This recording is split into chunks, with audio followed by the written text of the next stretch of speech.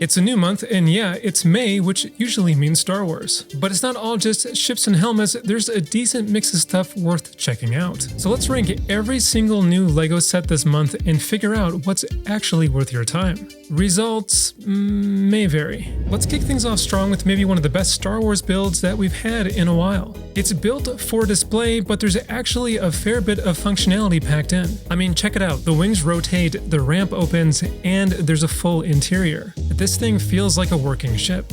And when we take a deeper look at it, the shaping really sells it. I mean, look at how excellent these techniques look. It's even more accurate than older versions, which in their own right were already fantastic. Especially the proportions, these are awesome Star Wars ships. It feels like LEGO got this one right.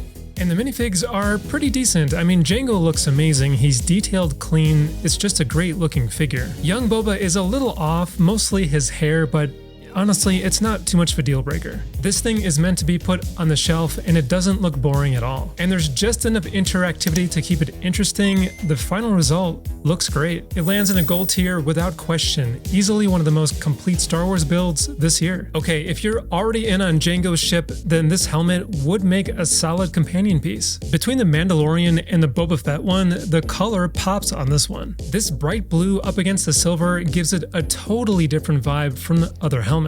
It stands out without needing any extra flair. These things are usually pretty straightforward, but they're also satisfying. If you haven't built one of these yet, they make for a fun afternoon for sure. It is nowhere near mind-blowing, but it does end up in the bronze tier. It definitely earns its spot, and it also earns the unofficial award for the helmet most likely to be bought only because you already bought the ship. We have all been there at some point. Here's something a little different. It's not a ship or a scene, it's Star Wars. Literally Star Wars. I can't tell if this is cool or not. I mean, it looks exactly like the real thing from a distance. It's bold, simple, and instantly recognizable. There's even a tiny Easter egg tucked inside. It's a mini iconic ship hidden in the lettering.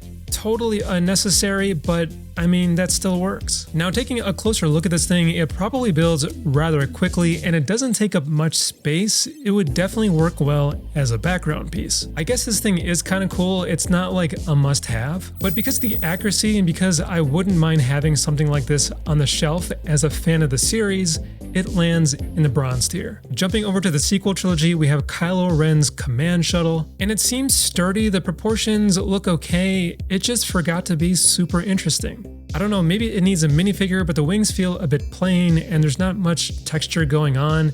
It doesn't seem like you'd get any moments during the build that surprise you. If you're into the scale, you'll probably like it, but it does not earn a medal for this round. Alright, next up we have a helmet that looks like it's ready to throw a tantrum. I've got to say, this looks alright. It nails the aggressive contouring of the real helmet and the textures stand out, giving the whole thing a lot more personality than you would expect at this scale. You can definitely tell what it is from a quick glance. It's probably not perfect, but it does deliver on style. And for that, it gets a bronze. It's not quite refined enough to go higher, plus it's a helmet and they can only be so cool. Okay, going back to a ship real quick, this one is technically from Rogue One, but the minifig lineup makes it feel like an Andor crossover. I'm not fully caught up on the series to know if and when it makes an appearance, but I can say this ship looks pretty cool. The design comes together nicely and the proportions match what we would expect in the movie or the series, at least from what I can tell. Those engines look pretty sleek and the wings swing out into flight mode. It's a solid design, and even though it plays things a bit safe, I think this is silver worthy for what it is. Okay, now it's time for the lightning round, and let's kick it off with this droid. It's always cool to see a take on Star Wars droids that we don't see all the time. This has a lot of movable elements and it feels a bit scrappy, but like in the best way. Maybe not the most perfectly proportioned thing in the world, but the character comes through loud and clear, and that's all that matters. For fans of the Brickhead series, we have a Luke Skywalker figure as a rebel pilot. Not really a lot to say about this one, but if you're into this, you know, it might be pretty cool. Same thing with these heroes and villain sets. They have some decent detail and a bit of charm.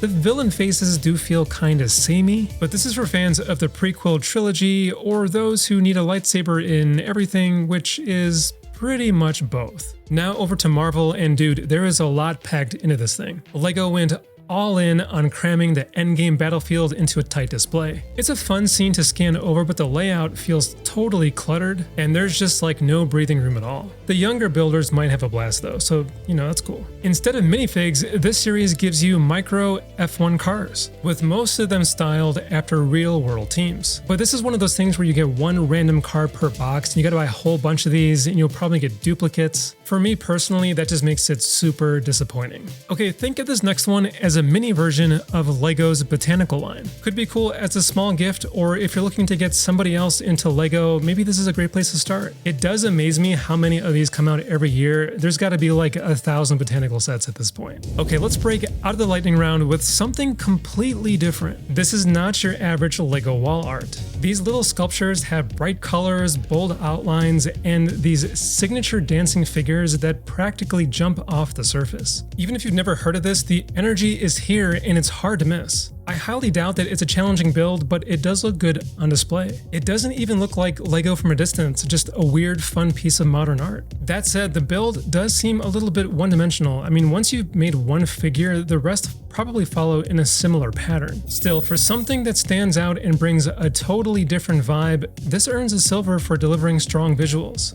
They are also shockingly huge. I mean, look at these things. This might not be Star Wars, but we've got something new for NASA fans. It's a full 747 with a space shuttle riding on top. It's a cool concept, and it also has some clever engineering inside. And that's something that you should expect if you're dealing with a NASA build. At least, I would think so. But the more I look at it, I do think that the design holds it back a bit. I haven't built a NASA set myself yet, but every time I see them, I swear they're really sleek and very polished, very smooth. And when I see this one, it's just too blocky. I don't know, I feel like it could have been refined a little bit more. But maybe all of the mechanics and the building experience can save this one. It's really hard to tell. It's a solid idea, but with the design falling a bit short, this one is going to drop down into the bronze ranking. I think it does at least earn a medal though. Okay, before the next one, which one of these would you bump up or drop down a tier? I'm actually pretty curious to know in this Star Wars heavy month, so let me know in the comments below.